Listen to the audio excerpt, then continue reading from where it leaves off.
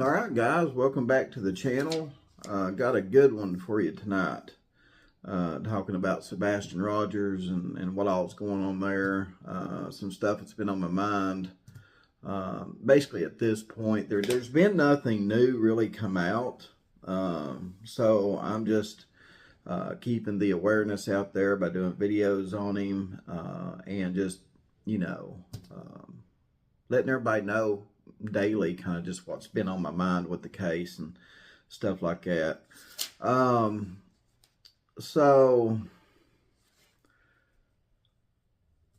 we just got through kind of comparing the Megan Boswell trial, some stuff in the Megan Boswell stuff to, the Sebastian Rogers.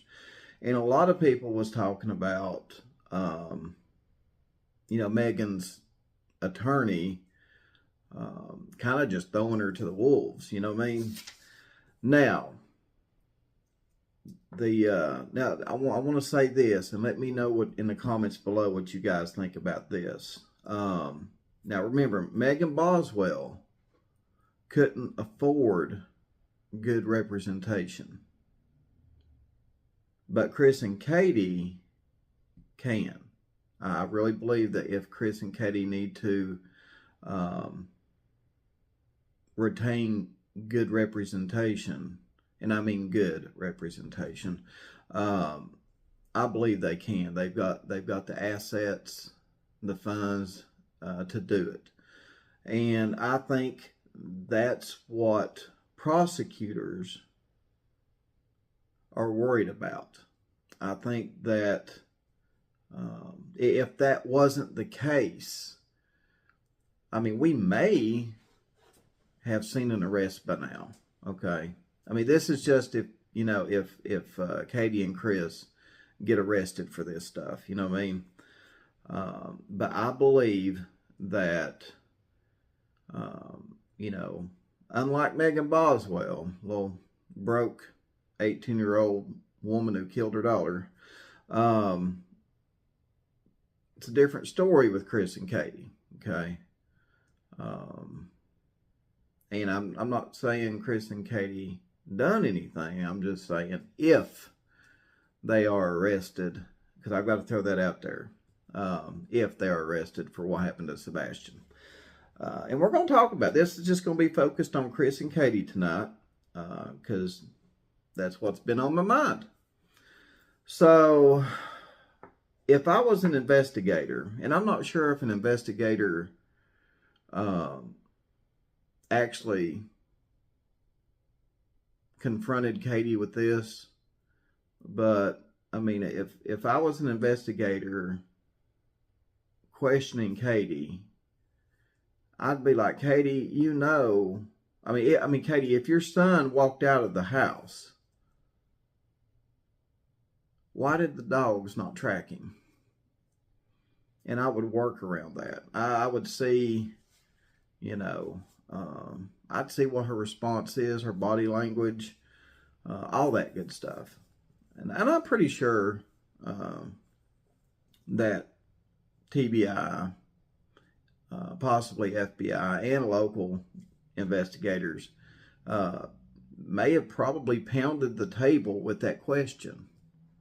Katie, if your son walked out of the house, why did the dogs not track him? Why do you think the dogs didn't track him, Katie? Help us to understand. If he left the house, why? How come our dogs couldn't track him, Katie? I mean, help us. I mean, do you have any answers as to why that could be?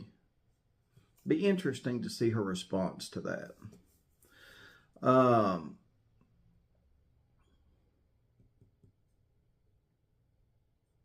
And I got to going back and looking at the news interview that they done with Chris and Katie, guys.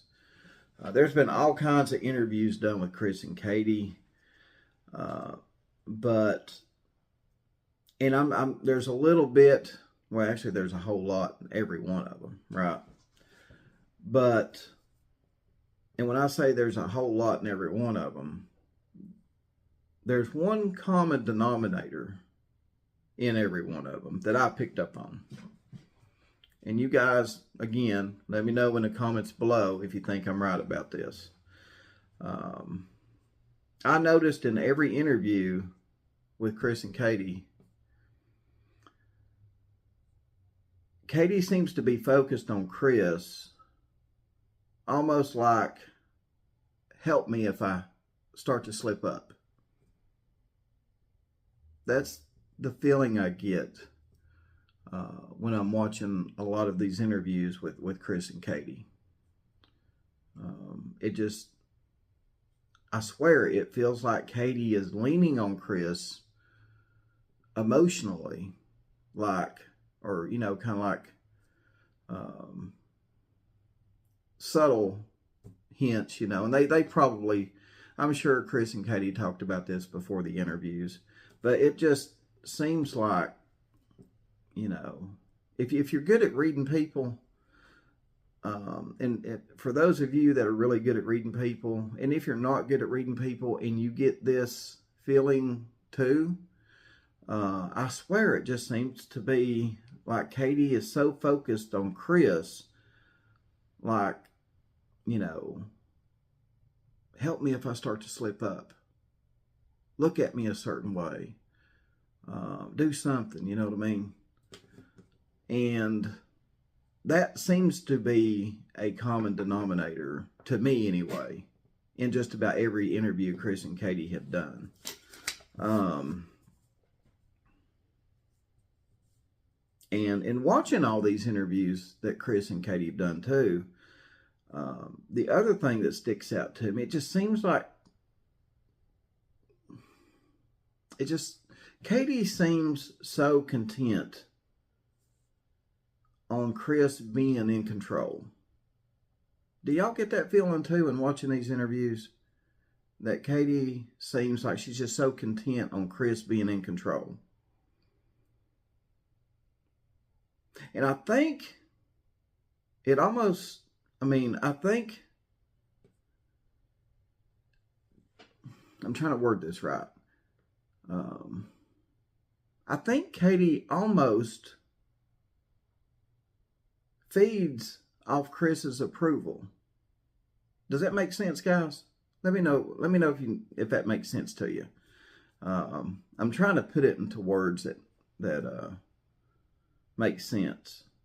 And watching these interviews, you know, you see Katie kind of look at Chris, and it's almost like and when Chris kind of like, yeah, and kind of goes along and helps her out with a question or two, and when Chris is talking, it feels like Katie feeds off Chris's approval. Like if she gets something right, you know what I mean? Like Chris is like, yeah, it's a good answer.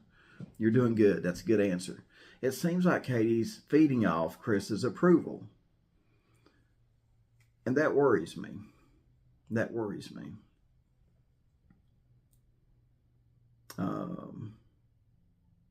That circles back to Katie seems so content on Chris being in control. That whole behavior, that's what I was looking for, behavior. That behavior worries me.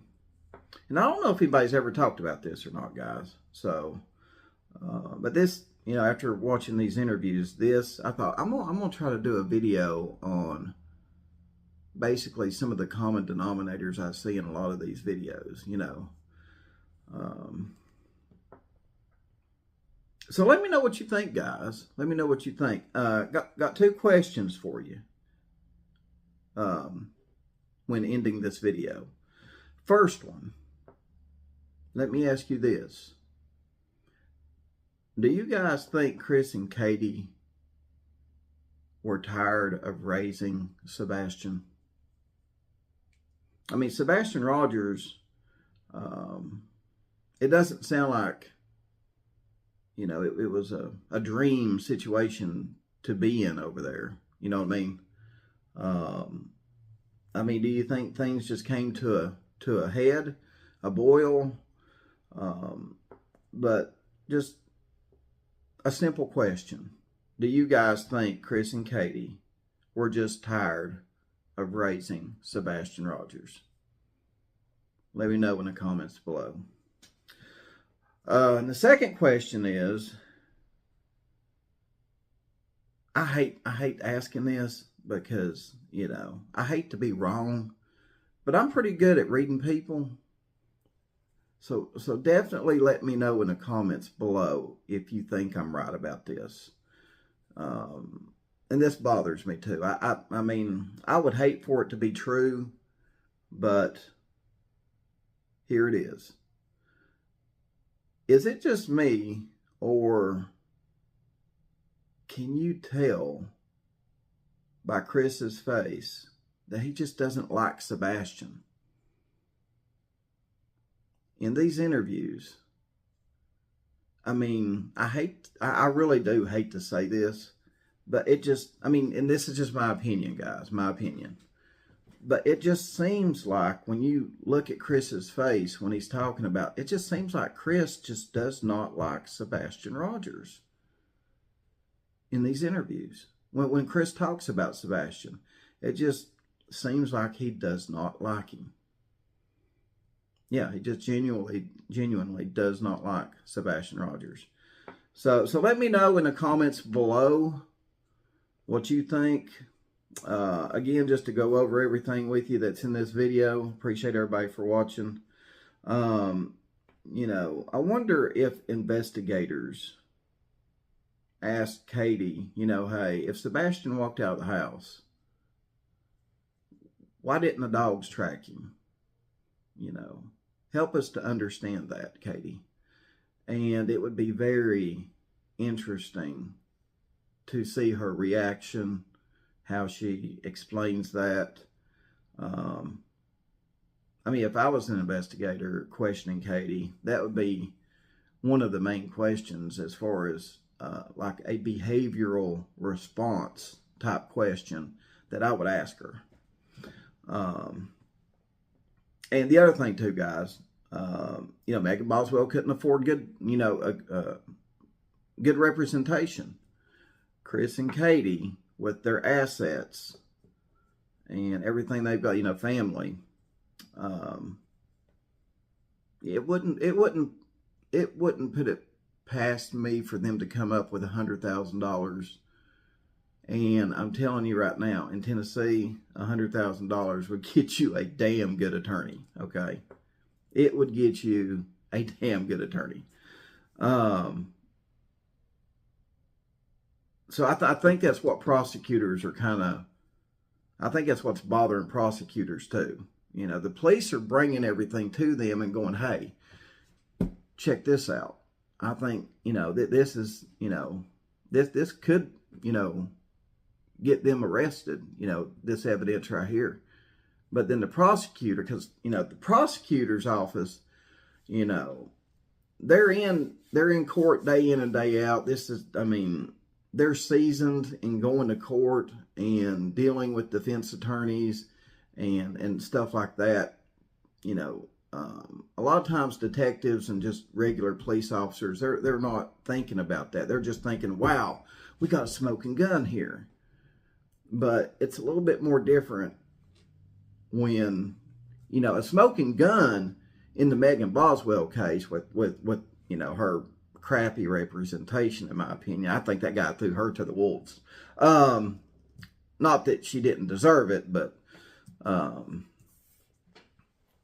you know, I mean, we all seen what happened in the O.J. Simpson trial, and we seen what happened in the Casey Anthony trial. I mean, Casey's defense attorney, I mean, he kicked ass and took names. And you do not want that during a trial when trying to get justice for Sebastian, okay?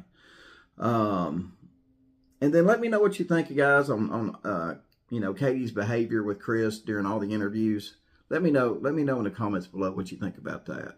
So again, hope you liked the video. Just another one to kind of make you think. So and not only just make you think, but let me know your opinion on everything. Let me know your opinion on what I think. So again, thanks for tuning in. Thanks for listening. Oh, I want to give me just a second, guys. Let me get my laptop over here. Oh Lord, I want to do something. I put this in my community post earlier, but I want to say I've not done nothing for my members lately. I've been busy, and so as far as my members go, I don't know how to do those nice fancy screen things that just shows all. I mean, I don't have very many members anyway. But thank you, Sally, for being a member. Thank you, Diane, for being a member. Thank you, Laura, Kelly, and Crystal. Thank you guys for being a member of the channel here. Appreciate it. And again, guys, let me know what your thoughts are on everything I've said. And thank you to everybody that just watches the channel. And I guess we'll see you on the next one. Y'all take care.